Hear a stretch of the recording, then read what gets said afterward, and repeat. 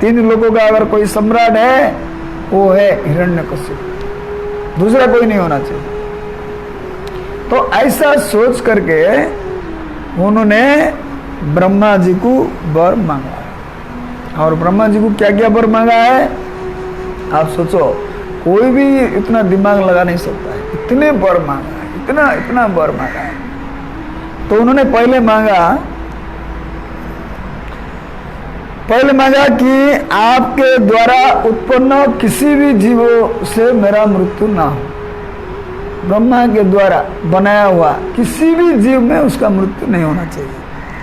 और कहा है घर का अंदर भी नहीं होना चाहिए। आदमी तो मरता है घर का अंदर मरता है या तो घर के बाहर मरता होगा, लेकिन वो बोला मैं घर का अंदर भी नहीं मरना चाहिए, घर के बाहर से भी नहीं बनना चाहिए, और दिन में भी नहीं मरना नहीं चाहिए, रात को भी नहीं मरना चाहिए। कोई दिन में मरता है रात को मरता है, बोलता नहीं मैं दिन में भी नहीं मरना चाहिए, रात को भी नहीं मरना चाहिए, और भूमि का ऊपर भी नहीं मरना चाहिए, आकाश में भी नहीं मरना चाहिए, आकाश में भी कोई भरोसा नहीं है। और इस संसार में जितने संसार के जीव है, ये इसका कहने का मतलब है मर्त्य लोक का जितने सारे जीव है उन्हीं से, इन्हीं लोगों से भी मेरा मृत्यु ना हो। और किसी निर्जीव वस्तु से, उनसे भी मेरा मृत्यु नहीं होना चाहिए। और किसी सजीव प्राणी से भी मेरा मृत्यु नहीं होना चाहिए, सजीव प्राणी। और कहता है हो सकता है देवता लोग कोई मार सकता है मुझे, तो कहता है देवता लोग से भी मेरा मृत्यु ना हो, और असुर लोग से भी नहीं मरना चाहिए। और वो सोचता है निम्न लोग में, उसको पता है कि बहुत जहरीली सर्प रहते हैं पाताल में, तो उन्होंने बोला कि निम्न पाताल लोक में जितने सारे सर्प होगा उनसे भी मेरा मृत्यु नहीं होना चाहिए।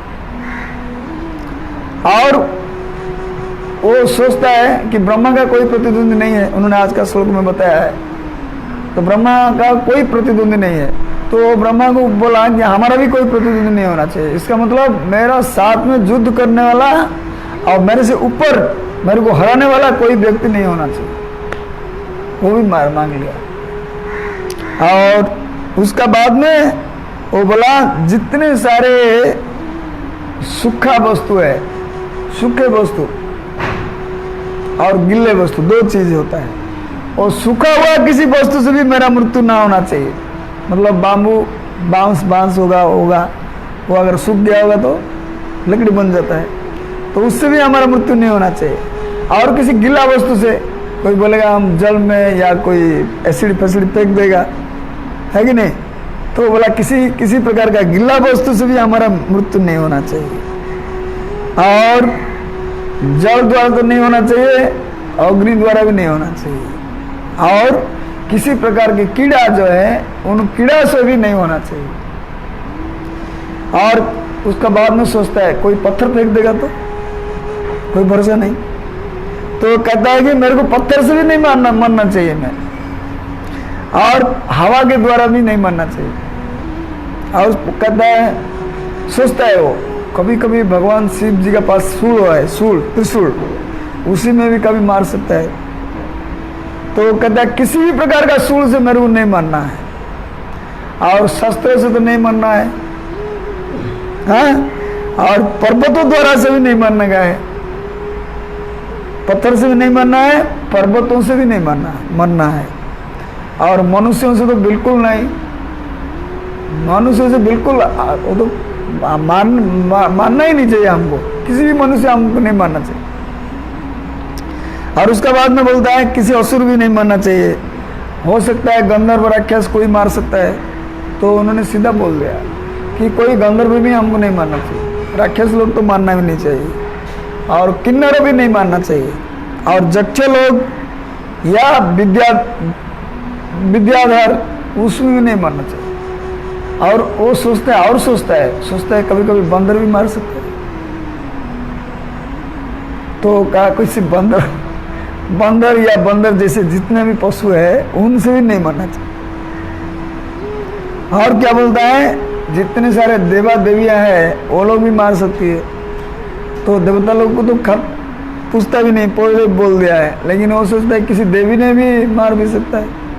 तो किसी प्रकार का देवी और देवता उनसे भी हमारा मृत्यु नहीं होना चाहिए। और साथ में ब्रह्मा जी को बोला आपको कैसा जस मिला है, वो जितने सारे जस है वो सब जस भी मुझे मिलना चाहिए, और एक छत्रपति का स्वामित्व होना चाहिए। इस संसार में स्वर्ग मर्त्य पाताल 3 लोक में मेरे से कोई बढ़कर नहीं होना चाहिए, और मेरे समकक्ष भी कोई नहीं होना चाहिए, मेरे ऊपर से भी कोई नहीं होना चाहिए। मैं ही एक छत्रपति शासन करता हूँ।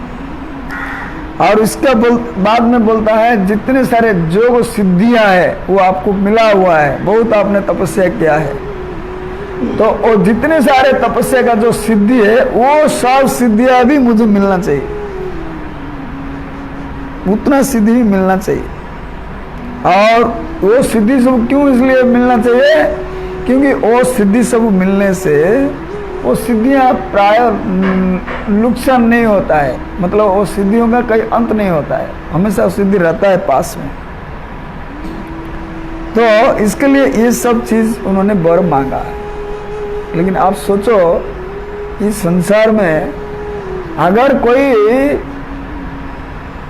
आता है, इस संसार में जितने सारे राजा महाराज आए हैं सत्य युग से लेकर के आज तक, वो हर व्यक्ति हर राजा उसको शरीर छोड़ना ही पड़ता है। भगवान रामचंद्र जी को भी शरीर छोड़ना पड़ा, उनका पिताजी को भी शरीर छोड़ना पड़ा।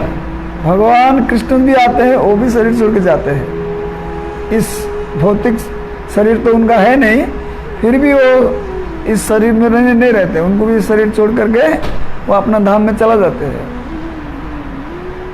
तो ये जो लोग, ये जो हिरण्यकशिपु है, ये कितना पता नहीं क्या सोचा है अपना आप को। वो सोचता है कि मैं इस संसार में जिंदा रहेगा। तो एक चीज सीखने का है इस हिरण्यकशिपु से, आदमी लोग किस लिए जिंदा रहना चाहते हैं? हाँ, आदमी लोग जो इधर जिंदा रहता है संसार में, कोई भी आदमी मरना नहीं चाहता है।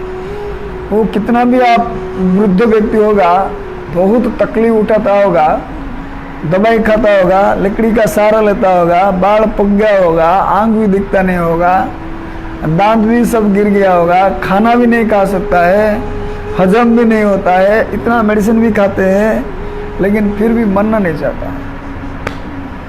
और उनको पता है कि संसार में जो भी जीव आता है उसको मरना पड़ता है। तो किस लिए आदमी बचना चाहता है, जीना किस लिए जाता है? कि संसार में कुछ उपभोग करेगा। क्या? कुछ उपभोग करेगा। लेकिन आप लोग सब ध्यान से सुनो कि संसार एक ऐसा चीज बनाया है भगवान ने, ये संसार एक ऐसा कारागार है, ये ऐसा दुखालय है जिसमें जीव के लिए एक शिक्षा प्राप्त करने के लिए ये संसार बनाया है। और वो शिक्षा क्या है कि वो जीव 84 लाख शरीर घुमा है, और उस 84 लाख शरीर में उन्होंने केवल आहार और निद्रा भय मैथुन ही कार्य किया है।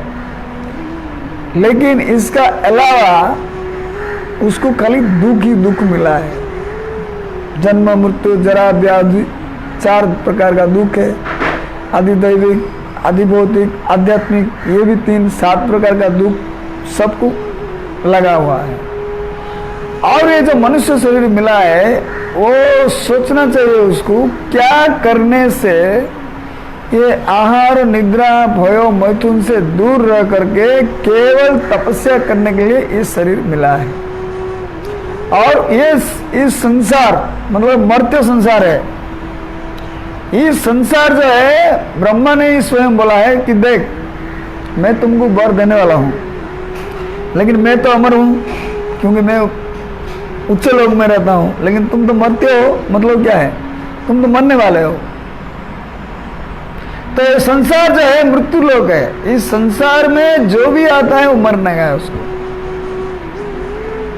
इतने शास्त्रों साधु मुनि ऋषियों ने ये कहने का बावजूद भी ये आजकल संसार के जो जीव है, मनुष्य है, उनको दिमाग में बिल्कुल काम नहीं करता, उनका बुद्धि काम नहीं करता है, और वो भी सोचता है कि इस संसार में हम सुख भोगेगा। और क्या सुख भोगेगा? तो इस संसार में हर तरह के कामनाओं का सुख भोगना चाहता है, जिसको कामरस कहते हैं। इस संसार में हर व्यक्ति वो कहीं ना कहीं किसी ना किसी तरह से थोड़ा सा सुख भोगना ही चाहता है। वो जानता है कि ये सुख में दुख है, लेकिन फिर भी वो सुख में भले दुख होने दो, लेकिन वो भोगना ही चाहता है। तो ये है इस संसार का बीमारी है।